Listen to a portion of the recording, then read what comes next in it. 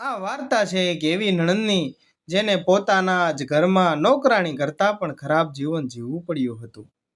પરંતુ સમય ફર્યો અને આખું ગામ એની આગળ નમી ગયું. કેટલી વાર કહ્યું છે તને, આ ઘર તારા બાપનું નથી? આ કડક અવાજ સાંભળતા જ ગૌરીના હાથમાંથી પાણીનો ઘડો નીચે પડી ગયો. માટીનો ઘડો જમીન પર પડતા જ તૂટી ગયો અને પાણી આખા આંગણામાં ફેલાઈ ગયું. જુઓ, હવે આ પણ એને તોડી બેઠી. આખો દિવસ ખાય ને કામનું નામ પણ શૂન્ય. કાંઈ આવડતું જ નથી. રેખા ગુસ્સાથી લાલ થઈ ગઈ હતી. ગૌરીને ધીમા અવાજે કહ્યું, ભાભી, મારાથી ભૂલ થઈ ગઈ. ભૂલથી હાથમાંથી સરકી ગયો છે. મોઢું બંધ રાખ. હવે સામે બોલવાનું પણ શીખી ગઈ છો? રેખાએ ગૌરીના હાથમાંથી ખાલી લોટો ખેંચી લીધો. આ બધું ઘરની બહાર ઉભેલા પડોશીઓ જોઈ રહ્યા હતા, પણ કોઈ એક શબ્દ પણ બોલવાની હિંમત કરતા નહોતા. કારણ બધાય લોકો જાણતા હતા કે ગામના બધાય લોકો કહેતા હતા કે રેખાનો સ્વભાવ આગની જેમ ભભૂકતો હોય છે. તો ચાલો મિત્રો, આજે આપણે એક એવી કહાની સાંભળવાની છે જેમાં ભાભી તેમની નણંદને ખૂબ જ તિરસ્કારે છે. અને મિત્રો, જો આ વિડીયો તમને પસંદ આવે, લાઈક, શેર, સબસ્ક્રાઇબ જરૂર કરતા જાજો મિત્રો. તો વાર્તાની શરૂઆત કરીએ. ગુજરાતના નાનકડા ગામ સુખપરમાં મહેશ પોતાના પરિવાર સાથે રહેતો હતો. મહેશ ખૂબ જ મહેનતુ ખેડૂત હતો. ઘરમાં પત્ની રેખા અને નાની બહેન ગૌરી. 3 વર્ષ પહેલા મહેશના મમ્મી પપ્પા એક અકસ્માતમાં મૃત્યુ પામ્યા હતા. મરણ પહેલા માતાએ મહેશના હાથ પકડીને કહ્યું હતું, દીકરા, ગૌરી હવે તારી જવાબદારી છે. ક્યારેય એની એકલી ન પડવા દેતો. મહેશે આંખમાં આંસુ લઈને વચન આપ્યું હતું. સમય બદલાતો ગયો અને ક્યાંય તેનું વચન ભૂલાઈ ગયું. ગૌરી માત્ર 22 વર્ષની હતી. દેખાવે ખૂબ જ સુંદર, પણ એથી પણ વધારે સુંદર એનું હૃદય હતું. સવારે 4 વાગે ઉઠતી અને આખું ઘર સાફ કરવું, ગાયોને ઘાસ નાખવું, રસોઈ બનાવવી, પાણી ભરવું, ખેતરમાં ભોજન લઈને જવું, આ બધું તેનું દિનચર્યા.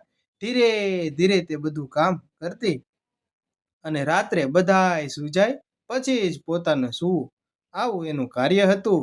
આ બધું એક જ શબ્દ બોલ્યા વગર કરતી હતી. પરંતુ છતાં રેખાને ક્યારેય ગૌરીનું એક પણ કામ ગમતું ન હતું. એક દિવસ ગામમાં સાતમ આઠમનો મેળો હતો. બધી છોકરીઓ નવા કપડાં પહેરીને મંદિરે જઈ રહી હતી અને મેળામાં જઈ રહી હતી. ગૌરી પણ ધીમેથી રેખા પાસે ગઈ. ભાભી, જો તમે કહો તો હું મંદિરે જઈ આવું. રેખાએ એની તરફ જોયું અને હસવા લાગી. તું આ કપડામાં? લોકો હસશે કે મહેશની બહેન ભિખારણ જેવી ફરે છે? ગૌરી ચૂપ થઈ ગઈ.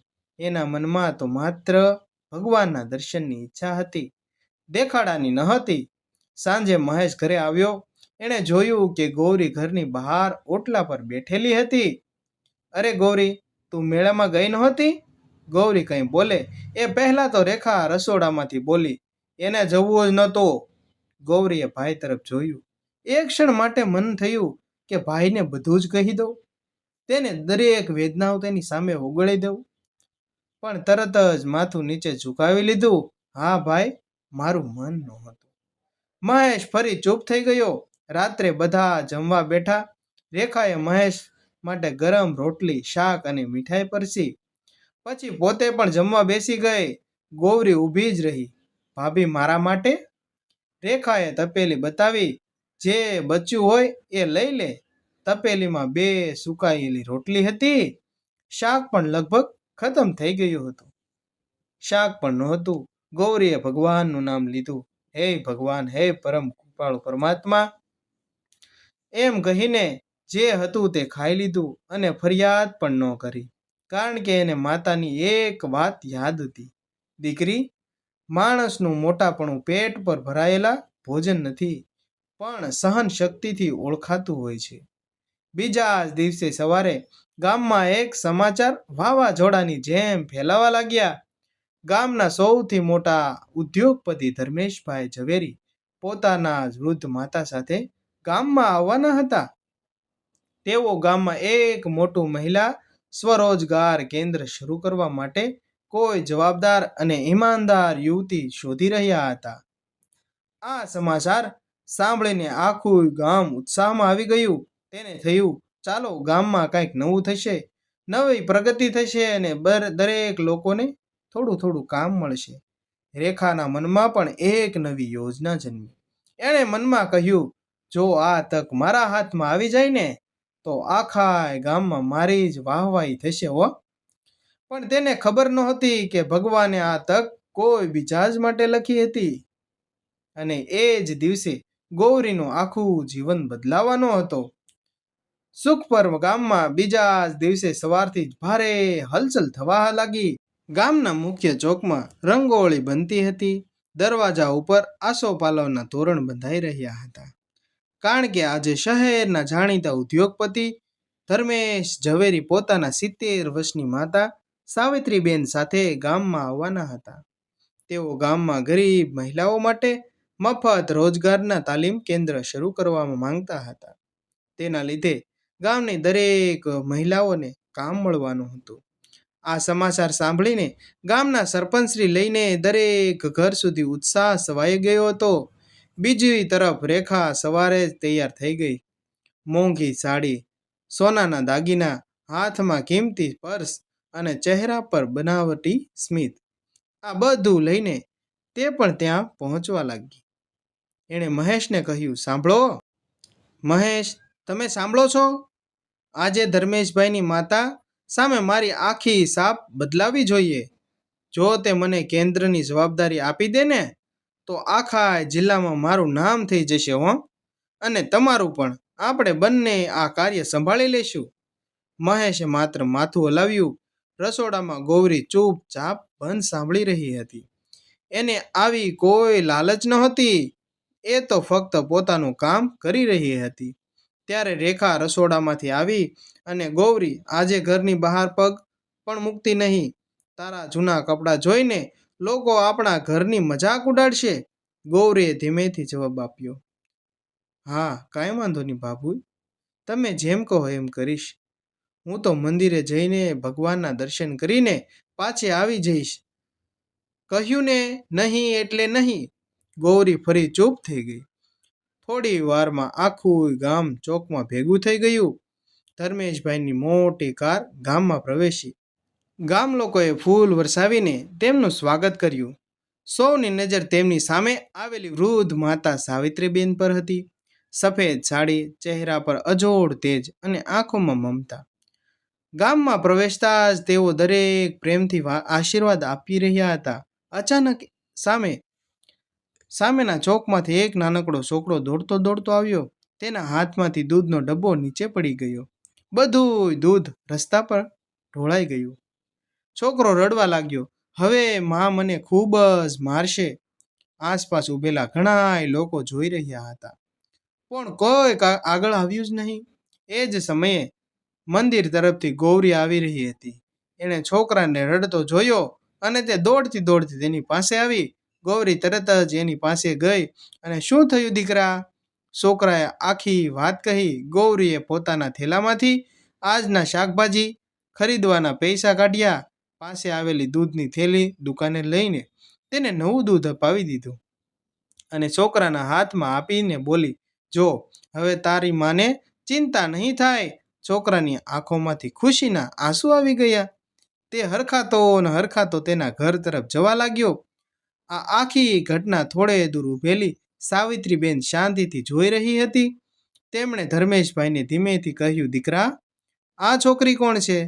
ધર્મેશભાઈએ સરપંચ તરફ જોયું અને સરપંચ બોલ્યા કે આ ગૌરી છે, જે અમારા ગામની ખૂબ જ સારી વ્યક્તિ છે. ખૂબ જ સીધી અને સંસ્કારી દીકરી છે, પણ નસીબે ખૂબ જ દુઃખ આપ્યું છે. સાવિત્રીબેન થોડું સ્મિત કરી બોલ્યા, સંસ્કાર કપડામાં તો નથી, પણ વર્તનમાં દેખાય છે. આ વાત દૂર ઊભેલી રેખાએ સાંભળી લીધી. એના ચહેરાનો રંગ બદલાઈ ગયો. એણે મનમાં વિચાર્યું, આ ગૌરી વચ્ચે આવી ગઈ છે. શું થશે? મને મળશે કે નહીં મળે? જો સાવિત્રીબેનની નજર એની પર પડી ગઈ તો આખી તક હાથમાંથી નીકળી જશે. બપોરે ગામની પંચાયત હોલમાં બેઠેલી શરૂઆત થઈ. ધર્મેશભાઈએ કહ્યું, અમને એવી સ્ત્રી જોઈએ જે ઈમાનદાર હોય, મહેનતુ હોય અને આખા ગામની સાથે લઈને ચાલે. એવી સ્ત્રીની અમારે ખૂબ જ જરૂર છે. બધાની નજર રેખા તરફ ગઈ. રેખા ઊભી થઈ ગઈ. તેણે પોતાના ખૂબ વખાણ કરવાનું શરૂ કર્યું. હું વર્ષોથી સમાજ સેવા જ કરું છું. ગામના બધા લોકો મને ઓળખે જ છે. એ બોલતી જ રહી, પણ સાવિત્રીબેન શાંતિથી સાંભળતા રહ્યા. બેઠક પૂરી થઈ ગઈ. બધા બહાર નીકળી ગયા. ત્યારે રેખાએ પોતાના ઓળખાણની એક સ્ત્રીને બાજુમાં બોલાવી ધીમા અવાજે કહ્યું, એક કામ કરજે, આ ગૌરીને બધા સામે ચોર સાબિત કરી છે. પણ કેવી રીતે? સાવિત્રીબેનનો કિંમતી પર્સ ચોરી ગૌરીના થેલામાં મૂકી દેજે. પછી બધાની સામે શોધીશું અને ગૌરી પકડાઈ જશે. એકવાર એની બદનામી થઈ જશે ને, તો પછી કોઈ એની તરફ જોશે પણ નહીં. બંને હસી પડ્યા, પણ તેને ખબર નહોતી કે આ વાત કોઈ સ્ત્રીને પણ સાંભળવી લીધી હતી અને એ વ્યક્તિ સાચા સમયની રાહ જોઈ રહ્યો હતો. એ જ સાંજે સાવિત્રીબેન પોતાનો પર્સ શોધતા હતા. આખો હોલમાં અચાનક હોબાળો મચી ગયો. પર્સ ક્યાં ગયું? પર્સ ક્યાં ગયું? કોઈએ ચોરી કરી લીધી. ચોર છે, ચોર છે. સરપંચ તરત જ દરવાજા બંધ કરાવી દીધા. બધા લોકો એકબીજાની સામે જોવા લાગ્યા. રેખાના ચહેરા પર ધીમું સ્મિત આવી ગયું. એના મનમાં માત્ર એક જ વિચાર હતો, હવે ગૌરી આખા ગામ સામે બદનામ થશે. પરંતુ ભગવાને કંઈક બીજું જ લખ્યું હતું. પંચાયત હોલમાંથી અચાનક સન્નાટો છવાઈ ગયો. બધાએ તે ચોરને ગોતવા લાગ્યા. સાવિત્રીબેનનો કિંમતી પર્સ ગાયબ થઈ ગયો હતો. સરપંચે ઊંચા અવાજે કહ્યું, જ્યાં સુધી પર્સ નહીં મળે ત્યાં સુધી કોઈ પણ વ્યક્તિ બહાર નહીં જઈ શકે. લોકો એકબીજાની સામે શંકાથી નજરે જોવા લાગ્યા. કોણ હશે ચોર? શું ખબર? કોઈ ધીમેથી બોલ્યું, આજે ગામમાં બહારના લોકો પણ આવ્યા છે. બીજાને કહ્યું, કોઈ ગરીબ માણસ કામ કરશે. આ શબ્દો સાંભળીને ગૌરીનું હૃદય ધબકવા લાગ્યું. રેખા અંદરથી ખૂબ જ ખુશ હતી. એ જાણતી હતી થોડા જ પળોમાં આખું ગામ ગૌરીને ચોર કહેશે. તે સાબિત થઈ જશે. તેણે તરત જ કહ્યું, સરપંચજી, બધાના થેલા તપાસી લો. સાચું બહાર આવી જશે. ધર્મેશભાઈએ પણ સંમતિ આપી. તેને હા પાડી. એક પછી એક દરેકના થેલા તપાસવામાં આવ્યા. સૌથી છેલ્લે ગૌરીનો નાનો કપડાનો થેલો આવ્યો. ગૌરીએ શાંતિથી થેલો આગળ મૂકી દીધો. એના ચહેરા પર કોઈ ડર નહોતો, કારણ કે એ જાણતી નહોતી એણે કંઈ ખોટું કર્યું જ નથી. સરપંચે થેલો ખોલ્યો. અંદર એક જૂનો રૂમાલ, ભગવાનની નાની તસવીર અને થોડા પૈસા હતા. એ બધું બહાર કાઢતા જ અચાનક એક ચમકતો બ્રાઉન રંગનો પર્સ નીચે પર પડી ગયો. અરે! આખા હોલમાં એક સાથે બૂમ પડી ગઈ. આ તો સાવિત્રીબેનનો પર્સ છે. ગામના લોકો ગુસ્સે થઈ ગયા અને ગુસ્સાથી ગૌરી તરફ જોવા લાગ્યા કે આ ચોર છે. અમે તો આને સારી છોકરી સમજતા હતા, અંદરથી તો ચોર નીકળી. આવા લોકો ઉપર ક્યારેય વિશ્વાસ જ ન કરવો જોઈએ. ગૌરીના પગ નીચેથી જાણે જમીન સરકી ના ગઈ હોય. એ આશ્ચર્યથી પર્સની જોતા રડી પડી. ગૌરી રડતા રડતા બોલી, મને ખબર નથી આ પર્સ મારા થેલામાં કેવી રીતે આવ્યો. પણ કોઈ સાંભળવા તૈયાર જ નહોતું. રેખા બનાવટી ગુસ્સાથી બોલી, હજુ પણ ખોટું બોલે છે. પર્સ તો તારા થેલામાંથી જ નીકળ્યું છે. ગૌરીએ ભાઈ મહેશ તરફ જોયું. આંખોમાં માત્ર એક જ પ્રશ્ન હતો, ભાઈ, શું તું પણ મને ચાચો માને છે કે નહીં માનતો? મહેશનું માથું નીચે ઝૂકી ગયું. એ એક શબ્દ પણ બોલી શક્યો નહીં. ગૌરીની આંખોમાંથી આંસુ વહેવા લાગ્યા. એણે ભગવાન તરફ જોઈને મનમાં કહ્યું, હે પ્રભુ, હે નોધારાના આધાર, જો હું નિર્દોષ છું તો આજે તમે જ મારી લાજ રાખજો. એ જ સમયે હોલના દરવાજા પાસે એક નાનકડો અવાજ સંભળાયો, સરપંચ કાકા, મને કંઈક કહેવું છે. બધાની નજર દરવાજા તરફ ગઈ. એ જ નાનો છોકરો હતો જેને સવારે ગૌરીએ દૂધ ખરીદીને આપ્યું હતું. એનું નામ હતું ચિરાગ. ચિરાગ ધીમે ધીમે આગળ આવ્યો. એ ડરતો હતો, પણ તેની આંખોમાં સત્ય હતું. શું કહેવું છે દીકરા? સરપંચે પૂછ્યું. ચિરાગ બોલ્યો. મેં પોતાની આંખે જોયું છે. હોલમાં ફરી સન્નાટો છવાઈ ગયો. શું જોયું બેટા? આંટી, જેણે સીધો રેખા તરફ આંગળી કરી. આ આંટી બીજી એક બેનને કંઈક આપ્યું હતું. પછી એ બેન ગૌરીબેનના થેલામાં પાસે ગઈ હતી અને કોઈ વસ્તુ અંદર મૂકી દીધી હતી. રેખાનો ચહેરો એકદમ ફિક્કો પડી ગયો. રેખા ગુસ્સાથી બૂમ પાડી ગઈ. આ બાળક ખોટું બોલે છે. પણ એટલામાં બીજી સ્ત્રી આગળ આવી. એ ગામની સફાઈ કામદાર કલાબેન હતી. એ બોલી, ના, આ છોકરો ક્યારેય ખોટું ના બોલે અને બાળક સાચું જ કહે છે. હું પણ દૂરથી બધું જોઈ રહી હતી. મને લાગ્યું કે કોઈ ઘરનું કામ હશે એટલે ધ્યાન ન આપ્યું. પણ હવે સમજાયું કે પર્સ થેલામાં મૂકવામાં આવ્યું હતું તો એ મૂકનાર કોણ હતું? ધર્મેશ ગંભીર થઈ ગયો. એ બીજે સ્ત્રી ક્યાં છે? લોકો એને શોધવા લાગ્યા. થોડા સમયમાં એ સ્ત્રી પકડાઈ ગઈ. ડરથી એ ધ્રુજતી હતી. સરપંચ કડક અવાજમાં પૂછ્યું, સાચું બોલ, શું કર્યું તે? પર્સ કોણે મુકાવ્યું? થોડી વાર સુધી એ ચૂપ રહી, પણ આખરે રડી પડી. મને માફ કરો, રેખાબેને મને 5,000 રૂપિયા આપવાનું કહ્યું હતું. એમણે કહ્યું હતું કે પર્સ ગૌરીના થેલામાં મૂકી દઉં. આ શબ્દો સાંભળીને જ આખો હોલ સ્તબ્ધ થઈ ગયો. મહેશે પોતાની પત્ની તરફ જોયું અને આંખોમાં ગુસ્સો અને શરમ બંને હતા. રેખા, બધું સાચું છે? રેખા પાસે હવે કોઈ જવાબ નહોતો. તે શાંત થઈને બેઠી હતી. એનું માથું શરમથી નીચે ઝૂકી ગયું. ગૌરી હજુ પણ રડી રહી હતી, પણ એના આંસુ હવે દુઃખના નહોતા. ભગવાને સાચા સમયે સત્ય બહાર લાવ્યું. સાવિત્રીબેન ધીમે ધીમે ગૌરી પાસે આવ્યા. તેણે ગૌરીના માથા પર પ્રેમથી હાથ ફેલાવ્યો. પછી આખા ગામ સામે કહ્યું કે આજે જે સ્ત્રીને અમે શોધતા હતા, જે સ્ત્રી અમારે જોતી હતી, એ વીજ મળી ગઈ છે. એક એવી જેને પૈસા માટે નિર્દોષ અને ચોર બનાવવામાં શરમ ન આવી, અને બીજી એવી જેના પર ખોટો આરોપ મુકાયો હતો છતાં તેની આંખોમાં નફરત કે એક ટીપો પણ નથી. સાવિત્રીબેન થોડો વિચાર લઈને બોલ્યા, હું ઘણા વર્ષોથી માણસોને ઓળખું છું. ઈમાનદારી ચહેરા પરથી જ નહીં પણ સંકટ સમયમાં દેખાઈ આવે છે. પછી તેમણે ધર્મેશ તરફ જોઈને કહ્યું, દીકરા, જે સ્ત્રીને આપણે શોધી રહ્યા હતા તે જ ગૌરી છે.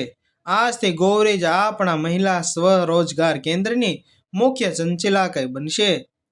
સંચાલિકા રહેશે અને આજથી ગૌરી મારી દીકરી સમાન છે. આ શબ્દો સાંભળીને આખું ગામ તાળીઓથી ગડગડાટ ગુંજી ઉઠ્યું. રેખાની આંખોમાં ઈર્ષ્યાથી આગ વધુ ભભૂકી.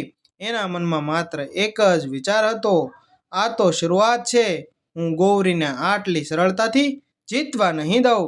સાવિત્રીબેને આખા ગામની હાજરીમાં ગૌરીને મહિલા સ્વરોજગાર કેન્દ્રની જવાબદારી સોંપી. ત્યારથી સૂરજપુરનું વાતાવરણ બદલાઈ લાગ્યું. ગૌરીએ પ્રથમ દિવસે જ તમામ મહિલાઓને ભેગી કરીને કહ્યું, આ કેન્દ્ર મારું નથી, આપણું છે. અહીં કોઈ મહિલાથી અનેક નોકરી નથી. આપણે બધા એક પરિવાર છીએ. ગૌરીના આ શબ્દો સાંભળીને ત્યાં બેઠેલી અનેક વિધવા, ગરીબ અને નિરાધાર મહિલાઓની આંખોમાં આંસુ આવી ગયા. વર્ષો પછી પહેલી વાર કોઈકે તેમને માન આપ્યું હતું. બીજા જ દિવસથી તાલીમ શરૂ થઈ ગઈ. કોઈને સીવણ શીખવામાં આવ્યું, કોઈને પાપડ બનાવવામાં શીખવામાં આવ્યું. શીખવતા બધું ધીરે ધીરે બધા શીખવા લાગ્યા. કોઈને અથાણા બનાવતા તાલીમ આવવાની શરૂ થઈ. કોઈને હસ્તકલા શીખવામાં આવી. ગૌરી સવારે 5 વાગ્યાથી રાત્રે 10 વાગ્યા સુધી સતત કામ કરતી.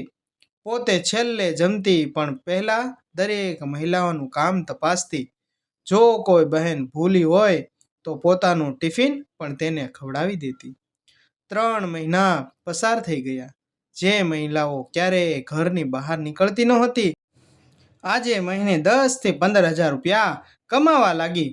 ઘણા ઘરોમાંથી વર્ષો પછી ખુશી પાછી આવી ગઈ. ગામના લોકો હવે ગૌરીને પ્રેમથી બોલાવવા લાગ્યા. ગૌરી બેન નહીં, ગૌરી દીદી થઈ ગયા. એક દિવસ ધર્મેશભાઈ ખુશાલ સમાચાર લઈને આવ્યા. ગૌરી, આપણે બનાવેલા પાપડ અને અથાણા હવે અમદાવાદથી મોટી કંપની ખરીદવા તૈયાર થઈ ગઈ છે. ગામની મહિલાઓ ખુશીથી ઝૂમી ઉઠી. ગૌરીએ તરત ભગવાનનો આભાર માન્યો. હે ભગવાન, તમે જ અમારું ગાડું હકારો છો. પણ જ્યાં સુખ આવે ત્યાં ઈર્ષ્યા પણ જન્મે જ છે. રેખા રોજ આ બધું જોઈ રહી હતી. જ્યાં જાય ત્યાં લોકો ગૌરીના વખાણ કરતા હતા. કોઈ ગૌરીબેન, કોઈ ગૌરી દીદી એમ વાત કરીને વાત કરતા હતા. કોઈ કહે ગૌરીબેનના કારણે મારી દીકરી ભણે છે, કોઈ કહે ગૌરીબેનના કારણે મારું ઘર દેવામાંથી બહાર આવી ગયું છે. આ બધું સાંભળીને રેખાને લોહી ઉકળી જતું. તેને થતું, જે મારા ઘરે વાસણ, પોતા ને બધું સંજવારી કરતી, એ આજે ગૌરી દીદી બની ગઈ છે. એ રાત્રે રેખાએ પોતાના રૂમમાં દરવાજો બંધ રાખ્યો અને ફોન લગાવ્યો. હેલો વિજયભાઈ, સામેથી અવાજ આવ્યો. હા બોલો, મારે એક કામ કરાવવું છે. કેટલા પૈસા મળશે? જેટલા માંગશો એટલા, પણ કામ એવું થવું જોઈએ કે ગૌરી આખી જિંદગી માટે બદનામ થઈ જવી જોઈએ. વિજયભાઈ હસ્યા. હા હા હા હા, કામ થઈ જશે. વિજયભાઈ જિલ્લાનો એક ભ્રષ્ટ વેપારી હતો. એને ગેરકાયદેસર રીતે સરકારી ગ્રાન્ટ ખાવાની આદત હતી. રેખાએ એની સાથે મળીને એક મોટું કાવતરું રચ્યું. 5 દિવસ પછી સ્વરોજગાર કેન્દ્રમાં સરકાર તરફથી 5 લાખ રૂપિયાની નવી સીવણ મશીનો આવી. બધી મહિલાઓ ખૂબ ખુશ હતી. ગૌરીએ દરેક મશીનની યાદી બનાવી, સરકારી અધિકારીઓના હસ્તાક્ષર કરાવ્યા અને સ્ટોર રૂમમાં તાળું લગાવી દીધું. એ જ રાત્રે એ અજાણ્યા માણસો પાછળની દિવાલ કૂદીને અંદર ઘૂસ્યા. તેઓ સીધા સ્ટોરરૂમ સુધી પહોંચ્યા, તાળું તોડી નાખ્યું અને 5 નવી સીવણ મશીનની ટ્રકમાંથી ભરીને લઈ ગયા. જતા પહેલા તેઓએ એક કામ વધુ કર્યું. સ્ટોર રૂમમાં ગૌરીના નામનો નકલી હિસાબનો કાગળ મૂકી દીધો, જેમાં લખ્યું હતું 5 મશીનો વેચી દેવામાં આવી છે. બીજે જ દિવસે સવારે કેન્દ્રમાં હોબાળો મચી ગયો. મશીનો ક્યાં ગઈ? તાળું તૂટેલું છે, ચોરી થઈ ગઈ છે. ગૌરી દોડી આવી. સ્ટોર રૂમમાં જોઈને એના પગ નીચેથી જમીન સરકી ગઈ. એટલામાં સરકારી અધિકારીઓ પણ આવી પહોંચ્યા. તેઓએ બધા કાગળ તપાસ્યા અને સ્ટોર રૂમમાંથી મળેલો નકલી હિસાબનો કાગળ જોયો. એક અધિકારી ગુસ્સાથી બોલ્યા, ગૌરીબેન, આ બધું શું છે? આ કાગળ શેનો છે તમને ખબર છે? આ કાગળ ઉપર તમારા હસ્તાક્ષર કેમ છે? ગૌરી આશ્ચર્યમાં પડી ગઈ. સર, મારી સહી નથી. પણ કાગળ જોતા જ બધાને એવું લાગ્યું હતું કે સહી ગૌરીની જ છે. રેખા અંદરથી ખૂબ ખુશ થઈ ગઈ. તે ધીમેથી લોકો વચ્ચે બોલી, જુઓ, જે બહુ ઈમાનદારની વાતો કરતા હતા ને, આ જોઈ લે તેના સાચા ચમત્કાર. એ જ સરકારી મશીનોને વેચી ગઈ. થોડા સમયમાં આખા ગામમાં વાત ફેલાઈ ગઈ. ગૌરીએ સરકારના પૈસા ખાઈ લીધા. આટલા વિશ્વાસ તોડ્યો. સાચું ચહેરું હવે બહાર આવી ગયું. ગૌરીના કાનમાં આ શબ્દો સાંભળી તીર બની ગયા હતા. તેને કોઈ વાત કરે એટલે તીરની જેમ વાગતા હતા. ધર્મેશભાઈ ગૌરી પાસે આવ્યા. મને તારા પર વિશ્વાસ છે બેટા, પણ પુરાવા વગર હું કંઈ કરી શકું તેમ નથી. સાવિત્રીબેન પણ ગૌરી પાસે આવી. તેણે માત્ર એટલું જ કહ્યું, દીકરી, સત્યને ક્યારેય ઉતાવળ નથી પહોંચતી. સમય આવે છે ત્યારે સત્ય પોતે જ બોલે છે. ગૌરીની આંખોમાંથી આંસુ વહી રહ્યા હતા, પણ આ વખતે તેણે ભગવાન પાસે એક જ પ્રાર્થના કરી, મને ન્યાય નહીં, સત્યનો સાથ આપજો. અને પછીના દિવસોમાં 3 દિવસ પછી જિલ્લા કલેક્ટર, પોલીસ અધિક્ષક અને ઉદ્યોગ વિભાગના મોટા અધિકારીઓ સુરજપુર આવતા હતા. આ કેસનો આખરી નિર્ણય તેમની હાજરીમાં થવાનો હતો. રેખાને ખાતરી હતી કે આ વખતે ગૌરી કોઈ પણ રીતે બચી નહીં શકે. પણ એને ખબર નહોતી કે ચોરી થયેલી મશીનનો ક્યાં છે. એ જાણતો એક માણસ પોતાના અંતરાત્માના ભાર નીચે તૂટી પડ્યો હતો. તેને ભગવાનનો ડર લાગવા લાગ્યો હતો. એ જાણતો એક માણસ પોતાના અંતરાત્માના ભાર તૂટી ગયો. જિલ્લા અધિકારીની સામે એ બધું સત્ય કહેવાનો નિર્ણય કરી ચૂક્યો હતો. સુરજપુર ગામ આજે લોકોની ભીડથી ભરાઈ ગયેલું હતું. પંચાયતનું મેદાન લોકોથી ઉભરાઈ રહ્યું હતું. જિલ્લા કલેક્ટર, પોલીસ અધિક્ષક, ઉદ્યોગ વિભાગના અધિકારીઓ અને મીડિયાના લોકો પણ હાજર હતા. બધાની નજર એક જ વ્યક્તિ પર હતી. એ વ્યક્તિ હતી ગૌરી. આજે નક્કી થવાનું હતું કે ગૌરી ખરેખર ગુનેગાર છે કે પછી કોઈ મોટો કાવતરાનો શિકાર છે. જિલ્લા કલેક્ટર બેઠક શરૂ થઈ કરતા કહ્યું, આ કેસમાં કોઈ પણ નિર્ણય યાત્રા પુરાવાના આધારે લેવામાં આવશે. જે ગૌરી દોષી હશે તો કાયદો પોતાના કામ કરશે અને જો નિર્દોષ હશે તો સાચા ગુનેગારને કોઈ બચાવી નહીં શકે. આ શબ્દો સાંભળીને આખું મેદાન શાંત થઈ ગયું. સરકારી અધિકારીએ ચોરી થયેલા મશીનોની ફાઇલ રજૂ કરી. નકલી હિસાબોના કાગળ પણ બધાની સામે મૂકવામાં આવ્યા. રેખા અંદરથી ખૂબ જ ખુશ હતી. તેને થયું, હવે ગૌરીને કોઈ બચાવી નહીં શકે. તેને ખાતરી હતી કે આજે ગૌરીને જેલ જવાની તૈયારી થશે. એટલામાં પાછળથી એક અવાજ આવ્યો, સાહેબ, મારે કંઈ કહેવું છે. બધાની નજર પાછળ ફરી. એક મધ્યમ વયનો માણસ ધીમે ધીમે આગળ આવ્યો.